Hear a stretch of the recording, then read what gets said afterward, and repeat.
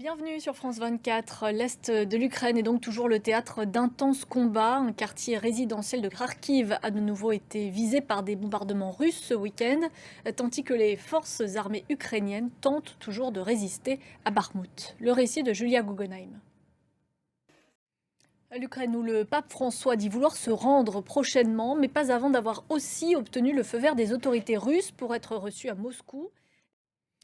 La réaction des autorités chinoises après la décision des États-Unis d'abattre hier le ballon qui survolait le territoire américain. Elles ont dénoncé l'utilisation de la force par Washington et ajouté qu'elles se réservaient le droit de répliquer. Camille Gutin. Plusieurs dizaines de femmes se sont rassemblées à Bagdad ce dimanche. Elles réagissaient à la mort d'une youtubeuse de 22 ans étranglée par son père. L'Iran, de son côté, a prévu de gracier un certain nombre de personnes condamnées, dont certaines qui avaient été arrêtées lors des récentes manifestations. Un nouvel appel à la prudence en Autriche après la mort ce week-end de 8 personnes. Elles ont toutes été emportées par des coulées de neige dans l'ouest du pays. Dans l'actualité en France, cette nouvelle bataille qui démarre ce lundi à l'Assemblée nationale avec les débats sur le projet de réforme des retraites. 20 000 amendements ont été déposés.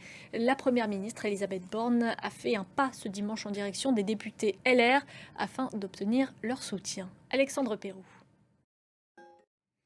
Avant de refermer ce journal, quelques images de la fête des lanternes qui vient de débuter à Taïwan. Elle marque la fin du Nouvel An chinois.